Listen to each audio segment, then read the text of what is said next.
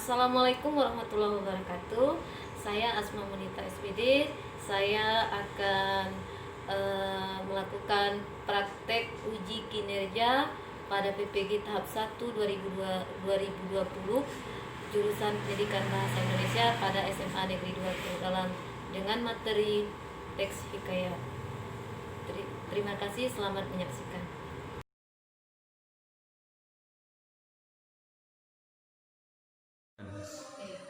Assalamualaikum warahmatullahi wabarakatuh.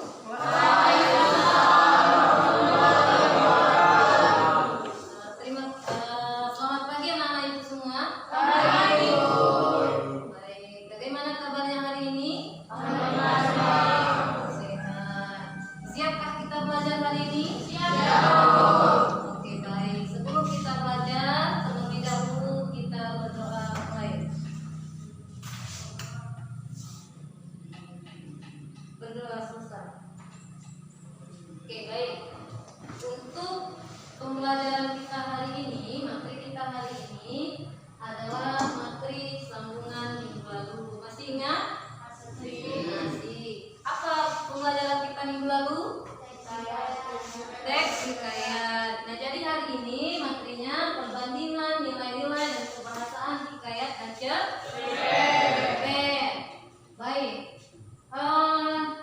Kalau memang masih ingat minggu lalu, apa itu hikayat? Ya. Mengisahkan tentang kerajaan-kerajaan pada zaman dahulu. Cerita yang mengisahkan tentang kerajaan-kerajaan pada masa zaman dahulu. Baik. Selanjutnya, baik ya. Kita lihat pembelajaran kita hari ini. Coba perhatikan, ada hari ini kita belajar dengan dua teks ya.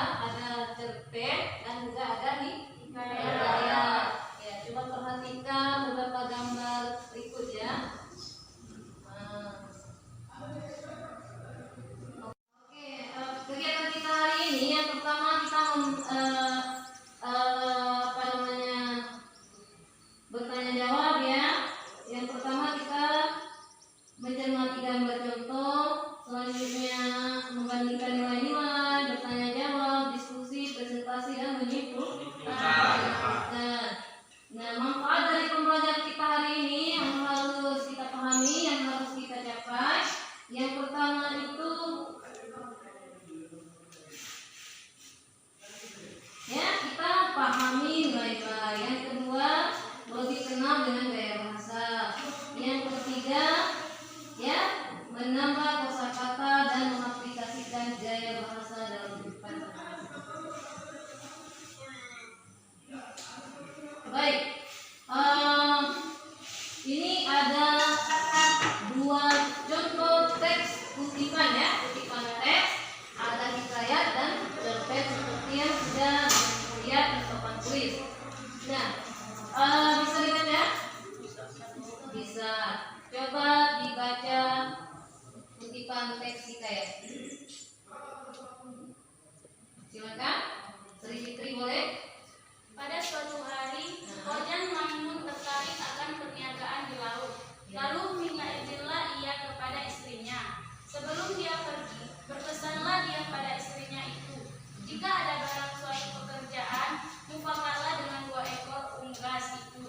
Hubaya ingat jangan tiada, karena fitnah di dunia amat besar, lagi tajam daripada senjata. Hatta beberapa lama ditinggal suaminya. Ada anak raja Ajah berbudak, lalu melihatnya rupa bibi Zainab yang terlalu elok. Oke. Teks yang kedua, kutipan teks cerpen. Siapa yang mau baca? Andi? Bisa Andi? Ya, silakan. Ketika Laila memutuskan untuk mengungsi, meninggalkan kampung halamannya, perih yang melilit perutnya kian menjadi-jadi, terlampau perihnya hingga seluruh pandangannya terasa buram. Laila seperti melihat ribuan kunang-kunang berletasan mengintari kepalanya. Selanjutnya ia menyebut kunang-kunang itu sebagai sang maut, sang maut yang selalu mengutipnya dan sewaktu-waktu siap menghantamnya, menyusul almarhum suaminya. Oke, baik, terima kasih. Jadi kita sudah dengar sendiri ya kutipan bunga cerpen ini. Selanjutnya kita lihat ya.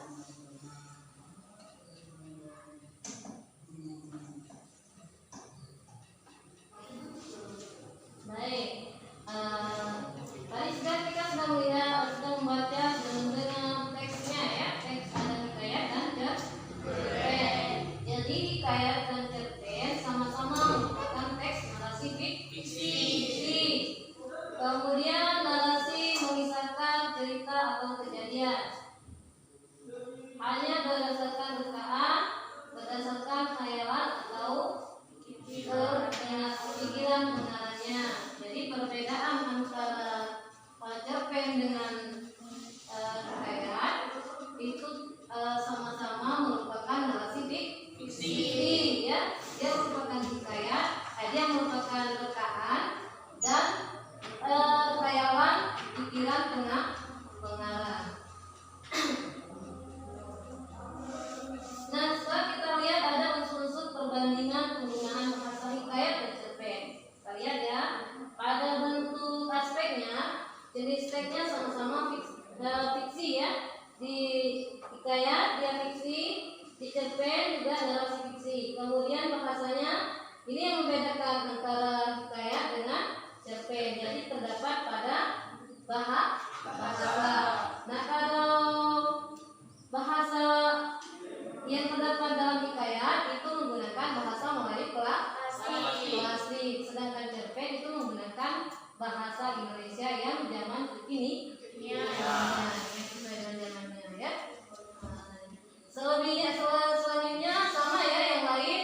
Di hikayat ada unsur intrinsik dan ekstrinsik ya. Di cerpen juga ada unsur intrinsik dan ekstrinsik. Konjungsinya sama ya, menggunakan konjungsi kejadian atau temporal ya. Urutan kejadian atau temporal. Kemudian nilai-nilai yang terkandung di dalamnya juga sama. Ada nilai apa yang pertama? Nilai moral. Selanjutnya nilai agama. Selanjutnya selanjutnya budaya dan pendidikan. Jadi ada berapa nilai? 5 ya.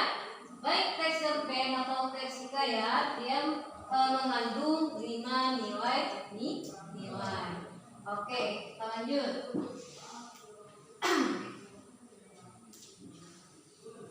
Sampai di sini ada pertanyaan?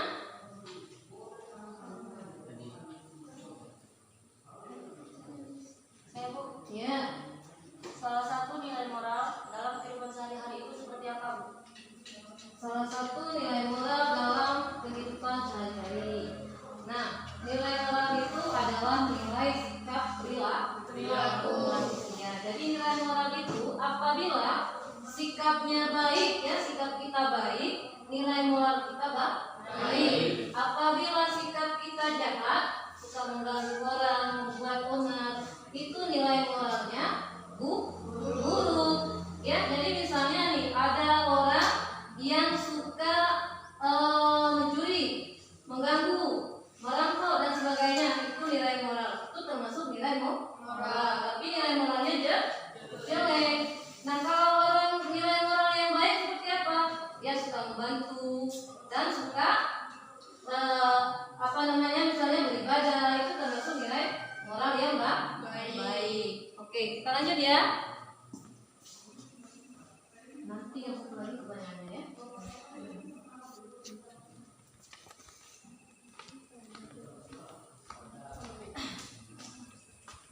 Selanjutnya ada konjungsi temporal. Ini kita lihat ya.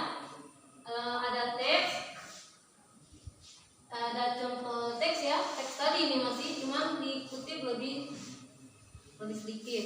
Pada suatu hari Kojan lalu minta izinlah ia kepada istrinya. Sebelum dia pergi, berpesanlah dia pada istrinya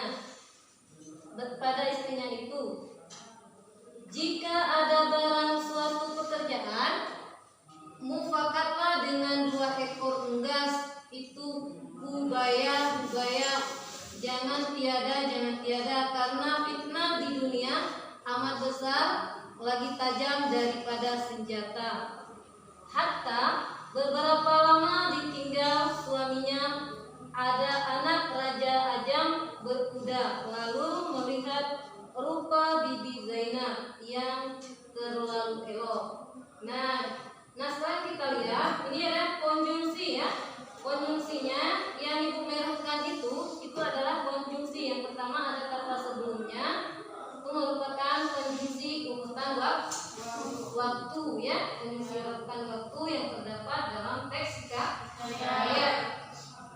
Selanjutnya ada hatta, kata hatta ya. Kata hatta ini merupakan konjungsi temporal Melayu urutan kejadian ya.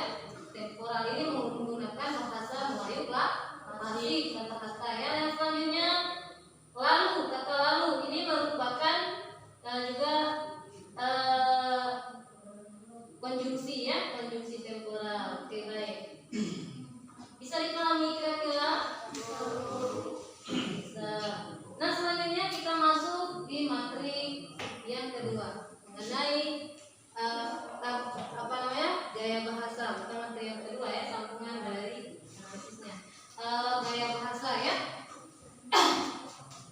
Penggunaan bahasa dalam cerpen dan hikayat berfungsi untuk membuat cerita lebih menarik jika dibandingkan dengan bahasa yang bermakna lugas. Majas bertujuan membuat pembaca mendapat efek tertentu dan gaya bahasa tersebut yang cenderung ke arah emosional. Ya, jadi inilah gaya bahasa atau majas dalam hikayat. Nah, gaya bahasa atau majas yang terdapat dalam hikayat atau cerpen itu terkadang ada 4 macam. Yang pertama gaya bahasa perbandingan atau majas perbandingan, kemudian majas pertentangan, majas penegasan dan sindiran. Oke, baik. Ada yang pernah dengar majas?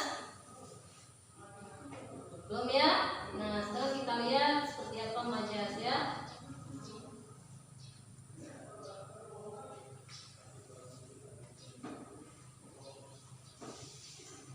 Nah, sekarang ini yang sering terdapat dalam fiksi. Dalam fiksi itu ya, yang banyak, yang dominan dalam sebuah karya fiksi, baik itu hikayat maupun cerpen, itu biasanya majasnya majas perbandingan. Dalam majas perbandingan ini ada 4 majas. Yang pertama majas personifikasi, yang kedua metafora, yang ketiga semile, yang keempat hiperbola. Nah, sekarang kita lihat ya, apa itu majas personifikasi, apa itu majas semile, apa itu majas hiperbola. Ada yang tahu majas personifikasi? Nah, majas personifikasi ini gaya bahasa dapat menggantikan fungsi benda-benda mati yang dapat bersikap layaknya seperti manusia. Nah, pernah dengar benda mati seolah-olah seperti manusia? Contoh, ya, daun kelapa tersebut seakan melambai kepadaku dan mengajakku untuk segera main ke pantai. Di mananya di situ yang menyatakan benda mati seolah-olah seperti manusia? Melambai. Daun kelapa itu melambai. Nah, itulah ciri khas dari majas personifikasi. Baik, yang kedua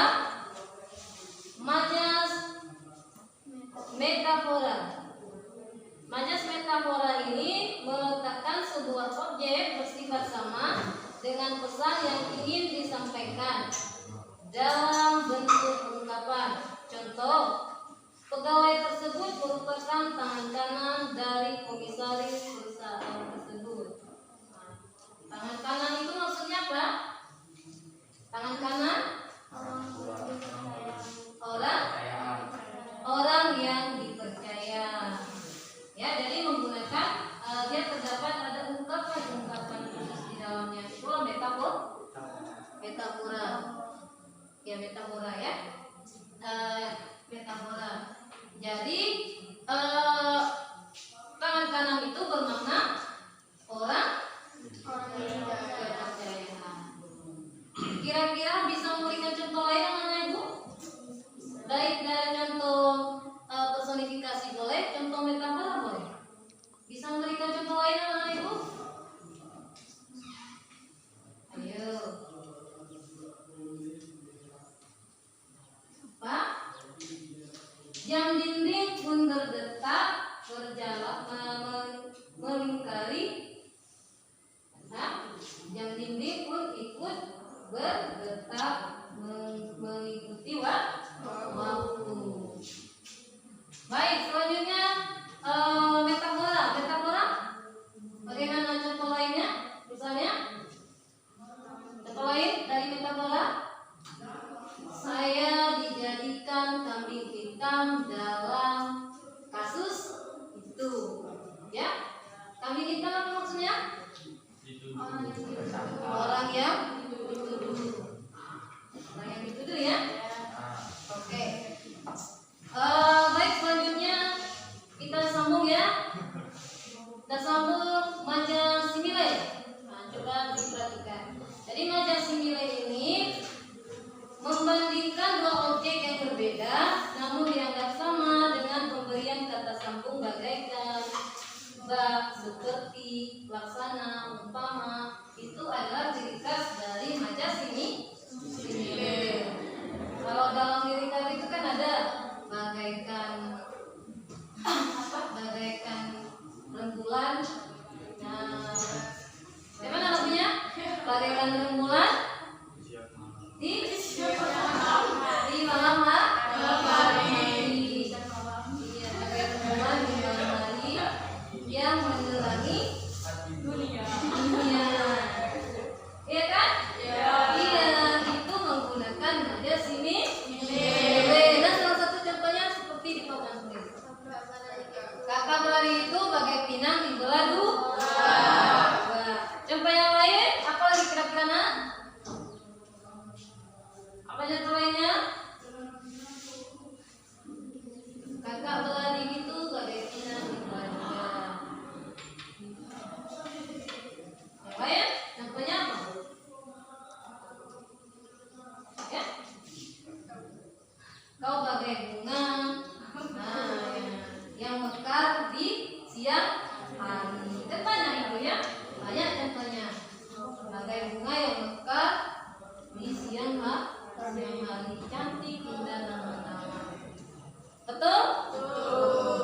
Oke, baik. Selanjutnya hiperbola ya. Hiperbola yaitu mengungkapkan sesuatu dengan cara berlebihan bahkan hampir tidak masuk akal. Jadi hiperbola ini tidak masuk akal. Ya, orang tuanya memeras keringat agar anak tersebut bersekolah. Jadi memeras keringat itu apa maksudnya?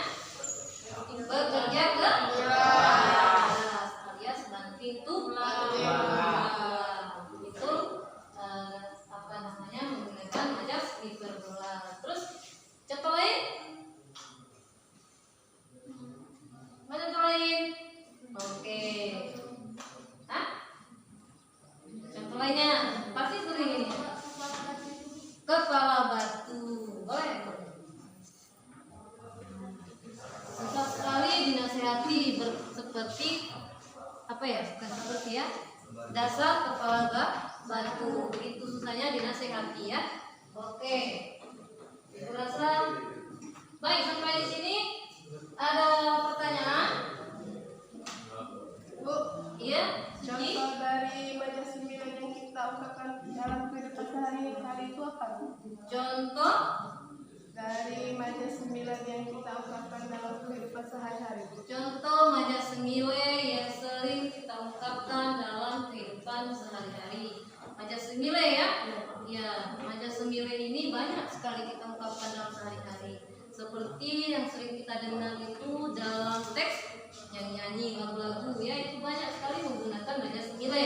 Nah, salah satu contohnya terdapat pada nyanyi lagu ibu ya, kau bagai matahari yang selalu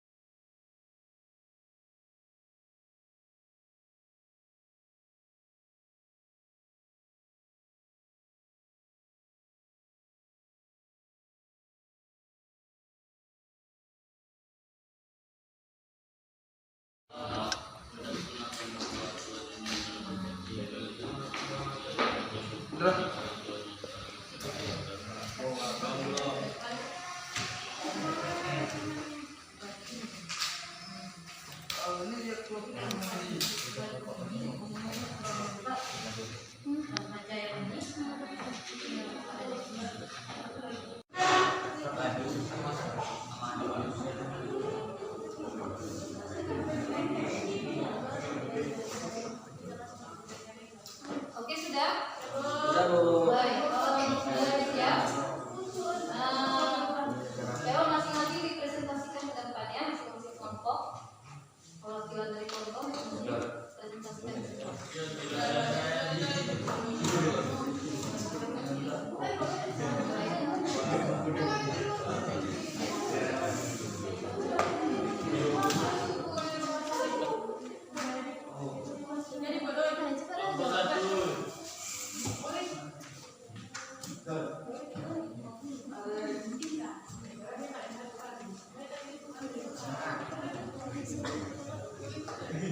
Assalamualaikum warahmatullahi wabarakatuh. Kami dari kelompok 1 akan mempresentasikan hasil dari diskusi kami tentang nilai moral dalam kehidupan teks hikayat. Adapun hamba ini haraplah Tuhan, jikalau jahat sekalipun pekerjaan Tuhan, insya Allah di atas kepala hambalah menanggungnya. Baiklah Tuhan sekarang pergi, karena sudah nanti anak raja itu. Apalah dicari oleh segala manusia di dunia ini selain martabat, kesabaran dan kekayaan. Coba berikan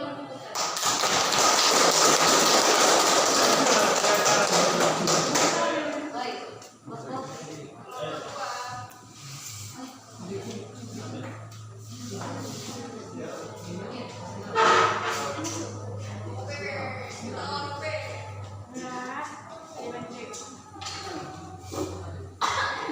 Assalamualaikum warahmatullahi wabarakatuh.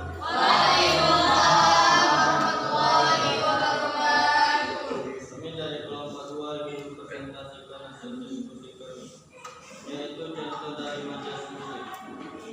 Contoh dari majas milik ialah adapun hak akan hamba, Tuhan yang adalah seperti hikayat dulunya oleh tuannya, seorang istri saudagar. Sekian dan terima kasih. Assalamualaikum warahmatullahi wabarakatuh.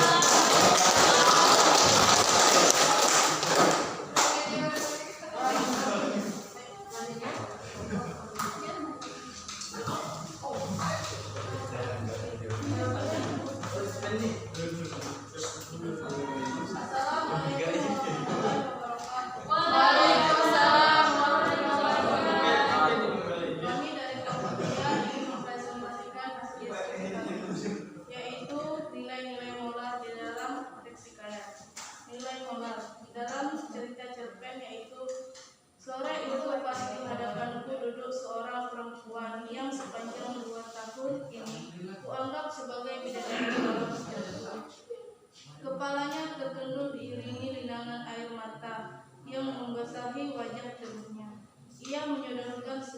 secari besar.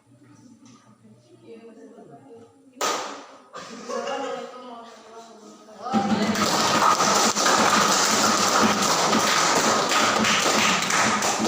Baik, tempat lain ya.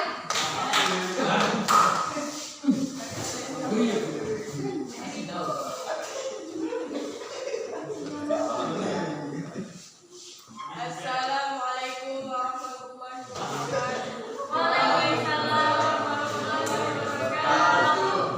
Kami dari kelompok 4 ingin mempresentasikan tentang hasil diskusi kami, yaitu contoh majas personifikasi yang terdapat dalam kutipan teks cerpen yang kami analisis adalah: suhu malam sangat dingin untuk dirasakan, kulitku sendiri yang dapat tahu, serta ia mulai membisikkannya ke segala bagian tubuhku. Sedangkan contoh majas semilai adalah: sore itu, pas di hadapanku duduk seorang perempuan yang sepanjang 2 tahun ini kuanggap bagaikan bidadari dalam hidupku. Kepalanya tertunduk diiringi linangan air mata yang membasahi wajah tubuhnya. Ia menyodorkan secari pesan. Bila teman-teman itulah tadi hasil diskusi kami akhiri dengan wassalamualaikum warahmatullahi wabarakatuh.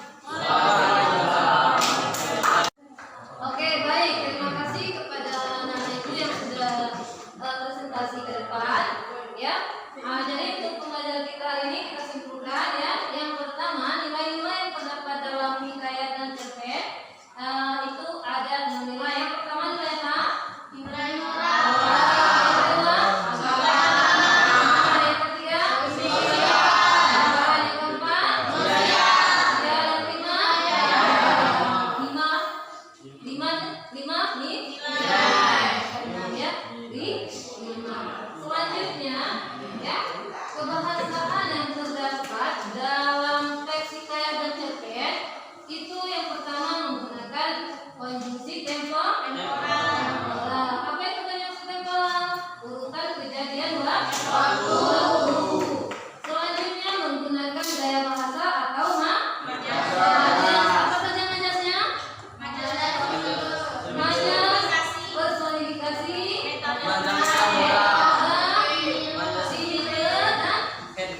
dan baik. Untuk hari ini coba kita dengar bagaimana dengan pembelajaran kita hari ini. Bagaimana kira-kira dengan pembelajaran kita hari ini? Menurut saya pelajaran hari ini sangat menyenangkan. Iya. Dengan itu kami dapat mempelajari tentang hikayat dan nilai-nilai moral. Ya. Karena kami sebelumnya belum tahu mengetahui apa itu teks hikayat. Oke, terima kasih. Yang lain? Iya, Fikri silakan. Hari ini materi sangat menyenangkan Bu. Menyenangkan, boleh. Ilmu yang kami dapatkan mengenai nilai moral, agama, sosial, dan budaya. Selanjutnya mengenai majas dan konjungsi temporal. Oke, berarti banyak ilmu yang mereka pelajari ya. Baik, terima kasih anak-anak ibu. Ya,